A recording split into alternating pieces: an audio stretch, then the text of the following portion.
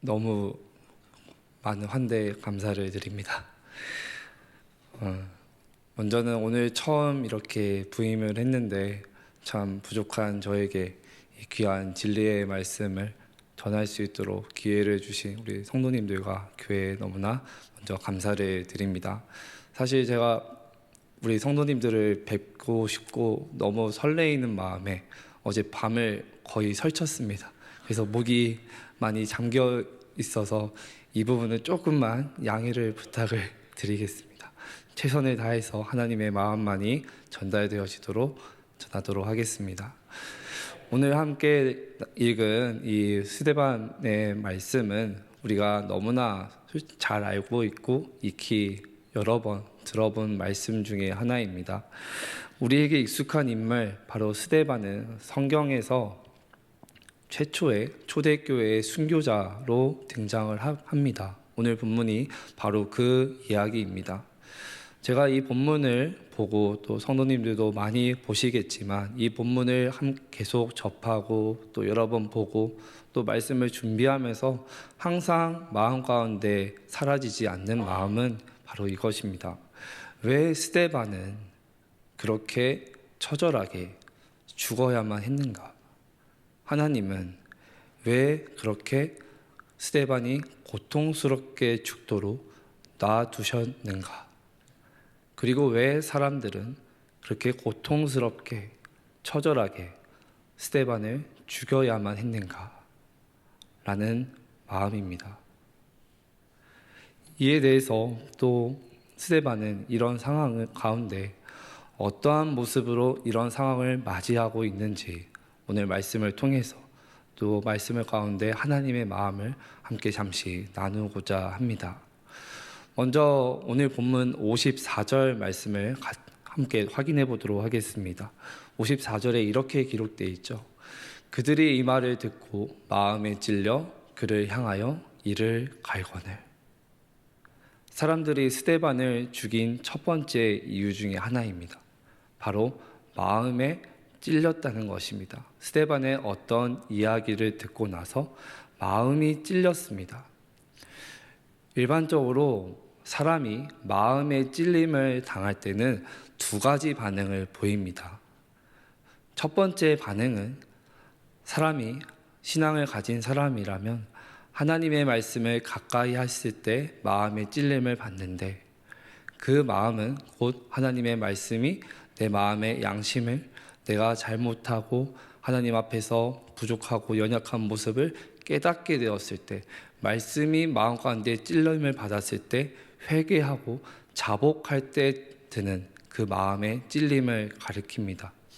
성도님들도 그렇고 저도 그렇고 말씀을 가까이 하고 붙잡을 때마다 때로는 하나님께서 내 마음을 강하게 아프게 찌르실 때가 있으신 것을 경험하신 적이 있으실 것입니다. 하나님은 이렇게 우리에게 마음을 아프게 하시고 찔림을 주신다는 것, 사실 이것은 축복입니다. 그때는 참 아프고 고통스럽죠. 하지만 그 회개하는 찔림을 주시는 것은 하나님께서 우리에게 주신 엄청난 축복입니다. 근데 오늘 본문에서 이 사람들이 찔린 이 마음의 찔림은 첫 번째 반응이 아닙니다.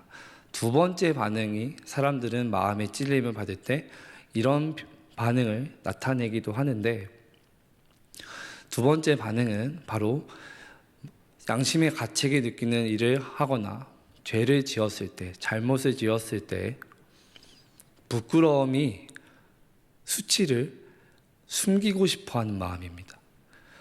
누구나 사람은 아주 작은 잘못을 하더라도 감추고 싶은 것이 사람의 본성에 들려져 있습니다. 자신의 부끄러움과 죄를 가리기 위해서 지금 이 두 번째 반응을 하면서 사람들은 스데반을 향해서 마음의 찔림을 받고 이를 갈고 있는 것입니다. 오늘 본문 54절에 나타난 이 마음의 찔림이라는 이 부분을 NIV 영어 성경의 표현을 보면은 이런 뜻으로 표현되어 있습니다. 너무 화가 나서. 스데반의 이야기를 듣고 너무 화가 났던 것입니다. 그래서 이를 갈고 스데반을 어떻게든 하고자 했던 그들의 반응이었습니다. 왜 너무 화가 났을까요? 스데반이 전한 것은, 앞에 이야기에서 전한 것은 하나님의 말씀을 전했고 다시 오신 예수님, 구세주 아들 예수님의 이야기만을 전했을 뿐인데 왜 그들은 너무 화가 났을까요? 좀 전에 말씀드렸듯이 그들에게는 감추고 싶었던 부끄러움과 죄가 있었습니다. 그것이 오늘 본문 51절과 53절까지 나타나 있습니다. 본문을 보면서 같이 확인해 보도록 하겠습니다. 목이 곧고 마음과 귀에 할례를 받지 못한 사람들아, 너희도 너희 조상과 같이 항상 성령을 거스르는도다. 너희 조상들이 선지자들 중에 누구를 박해하지 아니하였느냐? 의인이 오시리라 예고한 자들을 그들이 죽였고 이제 너희는 그 의인을 잡아준 자요 살인한 자가 되나니 너희는 천사가 전한 율법을 받고도 지키지 아니하였도다 하니라. 본문에 나타나는 목이 곧고 마음과 귀에 할례를 받지 않은 자들, 과연 이들은 어떤 자들일까요? 누구의 말에도 귀를 기울이지 않는 자들입니다. 오로지 자신의 생각과 주장에만 가득 차 있던 고집과 아집으로 똘똘 뭉쳐 있던 자들입니다. 그래서 마음과 귀가 강팍해졌습니다. 자신의 생각과 주장을 절대 굽히지 않았습니다. 그런데 중요한 것은 자신의 생각과 주장을 굽히지 않은 것은 두 번째 문제이고 지금 더 심각한 문제가 있었습니다. 바로 오늘 본문에 나타나는데 바로 이들이 그것을 뛰어넘어서 성령을 거스르고 있다는 것입니다. 그들 스스로는 정말로 조상 대대로부터 하나님께서 주신 율법을 잘 지키고 잘 외우고 누구보다 믿음 생활, 신앙 생활을 열심히 하는 자들이라고 자부하고 여겼던 자들이었습니다. 그런데 정작 조상 때부터 하나님께서 보내주셨던 그 선지자들, 예언자들을 모두 다 핍박을 하더니 이제는 오시기로 예언되었던 예수님이 진짜 오시자 이제는 예수님을 잡아 죽이는 너무나도 무서운 범죄를 행했던 자들이 바로 이들 부류였습니다. 그들에게는 이 부끄러움과 수치를 감추고 싶었던 것입니다. 죄를 지은 사람들이 원하는 것, 조금 전에 제가 말씀드렸습니다. 무엇일까요? 감추고 싶어 합니다. 드러내기 싫어합니다. 어린아이들이 작은 잘못을 하면은 바로 튀어나오는 것이 뭐냐면 거짓말이죠. 왜요? 감추고 싶어서요. 들키고 싶지 않기 때문입니다. 수치와 부끄러움이기 때문입니다. 사실 이들은 스데반의 설교를 듣고 첫 번째 반응을 마음의 찔림을 할 수도 있었습니다. 아, 우리가 조상 대대로부터 잘못 살았구나. 하나님을 오해했구나. 잘못 알았구나. 하나님이 그래도 우리를 사랑하시고 받아주셔서 내버려 두지 않으시는구나. 다시 하나님의 말씀을 듣고 깨닫게 해주시는구나. 라는 이 기쁨의 깨달음을 얻을 수 있었을 것입니다. 하지만 그들은 귀를 닫고 강팍해졌습니다. 스데반의 이야기가 들리지 않았습니다. 그럼에도 불구하고 스데반은 올곧은 마음으로 흔들리지 않고 하나님의 복음을, 올바른 복음을, 예수님을 끝까지 전합니다. 우리 예수 믿는 사람들이 종종 간혹가다 이런 말을 들을 때가 있습니다. 바로 융통성이 없다는 것입니다. 꼭 그렇게까지 믿어야 하냐? 적당히 믿으면 안 되냐? 라는 소리를 들을 때가 있습니다.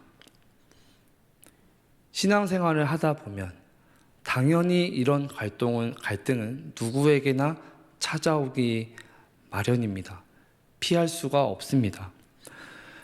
아마도 유대인들에게 이 메시지를 전하다가 순교한 스데반도 어쩌면 그런 소리를 들을 만했을 것입니다. 그렇게까지 목숨을 걸면서 돌에 맞아 죽어가면서까지 예수를 전해야 하냐, 적당히 하면 안 되냐 라는 소리를 듣지 않았을까라는 마음이 듭니다. 우리가 하나님이라는 분을 정말로 꽉 신뢰하고 믿고 신앙이라는 것을 꽉 붙들고 살아가는데 우리가 발을 딛고 사는 곳은 세상입니다. 죄악 가운데서 우리는 신앙이라는 것을 놓치지 않기 위해서 붙들고 살아갑니다. 그러면 당연히 세상 속에서의 가치관과 부딪히기 마련입니다. 갈등은 일어날 수밖에 없습니다. 피할 수가 없습니다. 그때 우리는 오늘 본문의 말씀인 53절 말씀을 주목을 해야 합니다. 우리 53절 말씀을 확인해 보도록 하겠습니다. 55절 말씀입니다. 죄송합니다. 55절 말씀입니다. 스데반이 성령 충만하여 하늘을 우러러 주목하여 하나님의 영광과 및 예수께서 하나님 우편에 서신 것을 보고, 말씀을 보니까 스데반이 성령 충만하여졌다 하다라고 말합니다.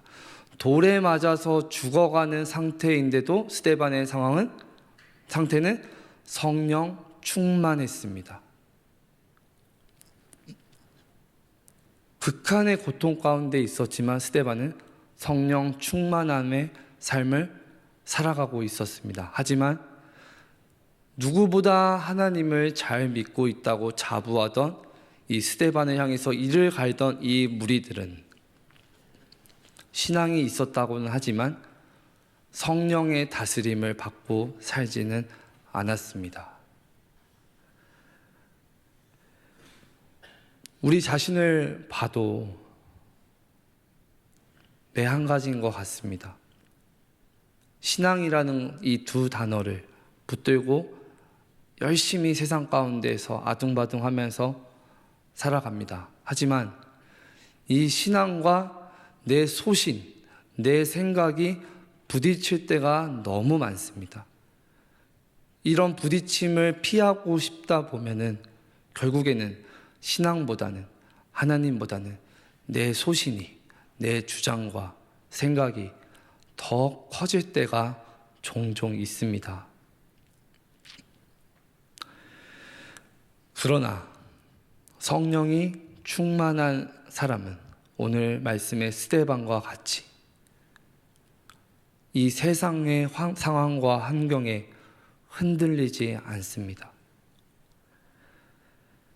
그래서 다시 역설적으로 바라본다면 성령의 인도하심 가운데 만약에 우리가 놓여 있지 않다면, 따라가지 않는다면 얼마든지 우리도 상황과 환경에 얽매이면서 휘둘리는 자들이 될 수도 있습니다.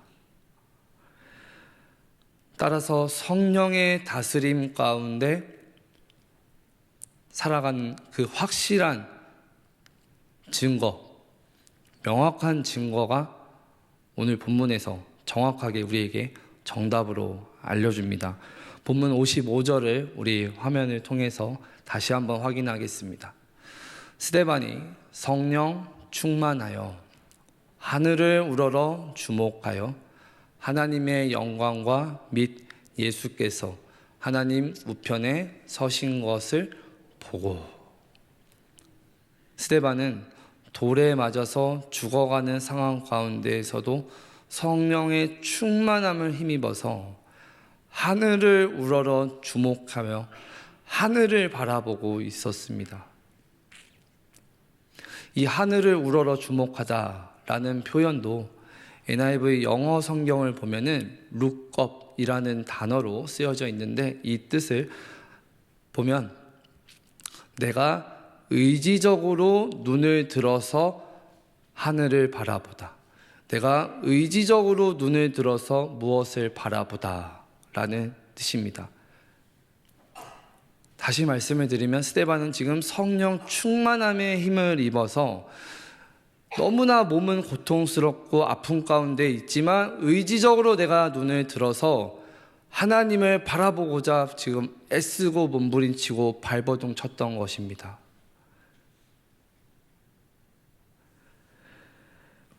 이렇게 하늘을 바라볼 때 의지적으로 어떠한 상황과 환경 가운데 있더라도 내가 주 하나님은 절대 놓치지 않겠습니다 라는 마음으로 하늘을 바라볼 때 자연스럽게 우리는 하나님께서 우리를 통해서 일하시는 그 역사를 느낄 수가 있고 경험할 수가 있습니다.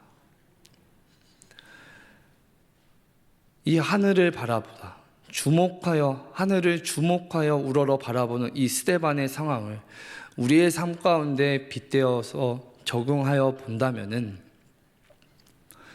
우리가 어떠한 상황과 환경 가운데 있다 하더라도 삶의 자리에서 하나님은 절대로 놓치지 않고 바라보겠노라 하는 결단과 내가 의지적으로 매일매일 하나님의 말씀을 붙들고 살겠습니다. 내가 의지적으로 내가 기도의 자리를 놓치지 않겠습니다. 내가 의지적으로 예배의 자리를 무조건 사수하겠습니다 라는 신앙의 결단으로 볼 수가 있습니다.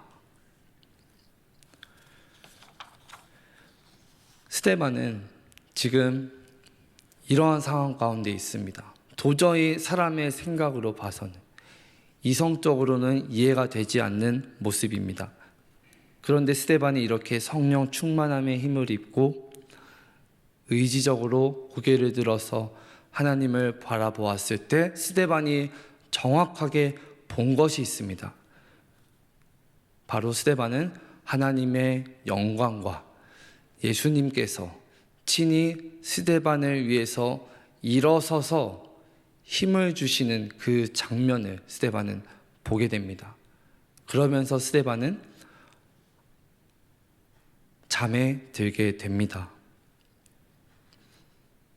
그곳에서 거기에서 힘을 얻고 스데반은 유대인들을 향해서 올곧은 마음으로 흔들리지 않고 순교의 자리까지 나아가게 되었고 사람들과 타협하지 않고 세상과 타협하지 않고 적당히 하지 않고 돌에 맞아 죽기까지 목숨을 다할 수 있었습니다.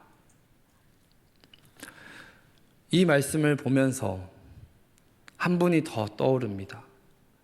바로 십자가를 앞에 두고 계셨던 예수님입니다. 예수님도 인간의 몸으로 오신지라 그 고난의 자리까지 십자가까지 가시기 전까지 겟세마네에서 땀이 피가 되도록 기도하시던 자리 가운데 사실 예수님께도 두 가지의 길이 있었죠. 하나는 육신의 원함이고 하나는 하나님 아버지의 뜻이었습니다. 그러나 예수님께서도 힘을 얻고 기도하실 때에 하나님의 뜻을 보았습니다. 그래서 육신의 원함은 저 멀리 하시고 하나님의 뜻을 이루는 데에 힘을 다하시죠. 그래서 성령의 충만함으로 천사들이 도와서 예수님에게 힘을 공급하고 그 모진 고난을 십자가를 지실 수 있도록 하나님께서 도우시는 것을 우리는 볼 수가 있습니다. 사람이라는 동물도 마찬가지지만 사람은 아프면 피하고 싶은 것이 본성입니다. 그런데 신앙생활을 하다 보면 내가 이 아픔을 감당해야 하나님의 뜻이 이루어지는구나 라는 것을 겪게 될 때가 있습니다. 그러면 우리는 그 아픔도 사실 감당해야 합니다. 하지만 그 아픔도 결코 우리는 내 힘으로 할 수 없습니다. 성령의 충만함으로 힘을 입고 우리가 하늘을 주목하여 우러러 바라볼 때 하나님께서 그 아픔도 감당하게 하실 줄 믿습니다. 스데반도 이렇게 하늘을 우러러 보니 자신이 어떻게 해야 할지를 알게 되었던 것이죠. 스데반은 하나님의 영광과 예수님께서 자신을 보고 친히 일어서서 돕고자 하시고 힘을 주시고 응원하시는 그 모습을 보게 됩니다. 그래서 스데반은 두려워하지 않았습니다. 자신의 몸은 지금 돌에 맞고 있지만 두려워하지 않았습니다. 이렇게 우리가 성령에 충만해지며 성령에 이끌리는 삶을 살면 우리도 의지적으로 하늘을 바라볼 수 있게 되고 하늘을 향하지만 만약 성령의 임재가 없는 삶이라면 세상과 상황과 환경에 흔들릴 수밖에 없습니다. 그래서 적어도 스데반은 옆을 바라보고 세상을 바라보는 자가 아닌 하늘을 주목하여 바라볼 수 있는 자였습니다. 하지만 이런 마음도 들었습니다. 스데반이 그렇게 돌에 맞아서 죽어가는 지경까지 가는데 하나님의 능력이라면 스데반이 돌에 맞아서 죽지 않도록 보호하시는 일은 그리 어려운 일은 아니지 않을까. 근데 왜 하나님은 그 지경까지 내버려 두셨을까? 말씀을 보면서 깨달은 것이 있습니다. 스데반이 이렇게 돌에 맞아 목숨을 걸면서 내던지면서 순교하는 자리까지 가게 된 것은 사실 성령 충만했다고 하는데 그것은 곧 성령께서 그 자리로 이끄셨던 것입니다. 예수님께서도 광야에서 시험을 받으실 때 이러한 고난을 겪으십니다. 마태복음 4장 1절 말씀에 확인해 보면 이렇게 말씀되어 있습니다. 그때 예수께서 성령에게 이끌려 마귀에게 시험을 받으러 광야로 가사. 하나님의 영이 충만해지고 은혜가 넘치고 성령에 이끌려서 일이 잘 풀리고 좋은 일이 생긴 게 아닙니다. 고난이 찾아왔습니다. 성령에 이끌려서 예수님도 시험을 받으셨습니다. 당시에 초대교회는 사실 성령의 역사가, 이 성령의 바람이 굉장히 강하게 불고 있던 시절이었습니다. 그러니 어쩌면 스데반이 그렇게 고난 가운데 있는 모습을 보더라도 초대교회 성도들은 아마 이렇게 마음을 먹지 않았을까 합니다. 하나님이 지켜주시겠지. 하나님의 놀라운 성령의 바람을 부르셔서 기적을 일으켜 주셔서 스데반을 보호하시겠지. 하지만 그들의 바람대로 그런 일은 일어나지 않았습니다. 강력하게 지금 성령의 역사가 일어나고 있는 상황 가운데 스데반이 지금 순교하는 일이 생기는 것은 어쩌면 그 초대교회 공동체가 받아들이기에는 너무 어려웠을 것입니다. 이해하지 못했을 것입니다. 왜냐하면 지금까지 하나님께서 약속하신 대로 교회가 성령의 역사로 뜨거운 불로 부흥하고 발전하고 성장하고 있었기 때문입니다. 어쩌면 그들의 원대로 지금 모든 것이 계획되고 있었기 때문입니다. 이 스데반이 순교를 하고 난 다음의 상황을 사도행전 8장 1절은 이렇게 기록합니다. 화면에 보고 확인하도록 하겠습니다. 사울은 그가 죽임 당함을 마땅히 여기더라. 그날에 예루살렘에 있는 교회에 큰 박해가 있어 사도 외에는 다 유대와 사마리아 모든 땅으로 흩어지니라. 왜 스데반이 죽을 수밖에 없었을까요? 사도행전 1장 8절은 서두에서 이렇게 말하고 있습니다. 오직 성령이 너희에게 임하시며 너희가 권능을 받고 예루살렘과 온 유대와 사마리아와 땅끝까지 이르러 내 증인이 되리라 하시니라. 스데반의 순교는 하나님께서 성령을 보내시고 그 성령의 역사를 통해서 지금 교회가 번듯하게 세워졌으나 교회가 하나님의 사명을 감당하고 있지 않으니 사명을 감당하도록 만드시기 위해서 하나님께서 직접 친히 스데반을 통해서 개입하신 사건입니다. 이렇게만 본다면 이 한 사람의 순교를 통해서 하나님의 복음이 확장이 되고 하나님의 역사가 일어나는 것을 보게 될 때 참 두렵습니다. 마음이 어려워집니다.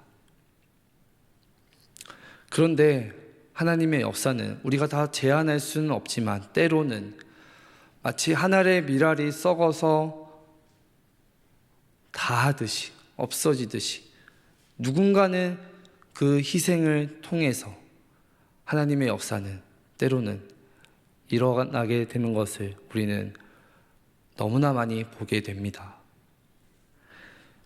이 모든 일에는 스데반이라는 한 사람의 이 믿음, 스데반이 주목하였던 그 믿음, 그 하나님으로부터 하나님을 바라보는 시선에서부터 시작되었습니다.